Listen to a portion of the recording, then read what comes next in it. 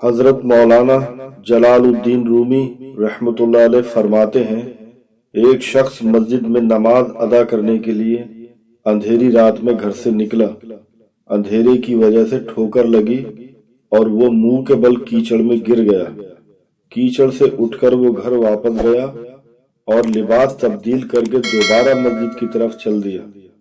ابھی چند قدم ہی چلا تھا کہ دوبارہ ٹھوکر لگی اور وہ دوبارہ کیچڑ میں گر گیا۔ کیچڑ سے اٹھ کر وہ ایک بار پھر گھر واپس گیا اور لباس تبدیل کر کے مسجد میں جانے کے لیے دوبارہ گھر سے نکل آیا، اور اپنے گھر کے دروازے پر اسے ایک شخص ملا جو اپنے ہاتھ میں ایک روشن چراغ تھامے ہوئے تھا۔ چراغ والا شخص چپ چاپ نمازی کے آگے آگے مسجد کی طرف چل دیا۔ اس بار چراغ کی روشنی میں نمازی کو مسجد تک پہنچنے میں کسی دشواری کا سامنا نہ کرنا پڑا اور وہ بخیریت مسجد تک پہنچ گیا۔ مسجد کے دروازے پر پہنچ کر چراغ والا شخص رک گیا۔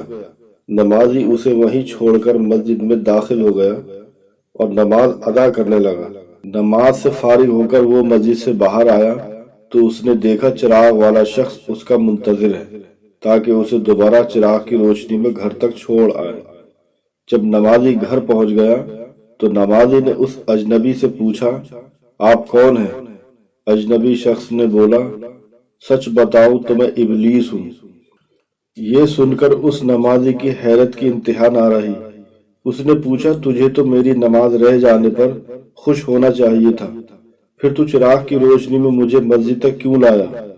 ابلیس شیطان نے جواب دیا، جب تجھے پہلی ٹھوکر لگی تو اللہ تعالیٰ نے تیرے عمر بھر کے گناہ معاف فرما دیے۔ جب تجھے دوسری ٹھوکر لگی تو اللہ تعالیٰ نے تیرے سارے خاندان کو بخش دیا۔ مجھے فکر ہوئی کہ اب اگر تو پھر ٹھوکر کھا کر گر پڑا تو کہیں اللہ تعالیٰ سارے گاؤں کی مغفرت نہ فرما دے، اس لیے میں چراغ لے کر آیا ہوں کہ تو بغیر گرے مسجد تک پہنچ جائے۔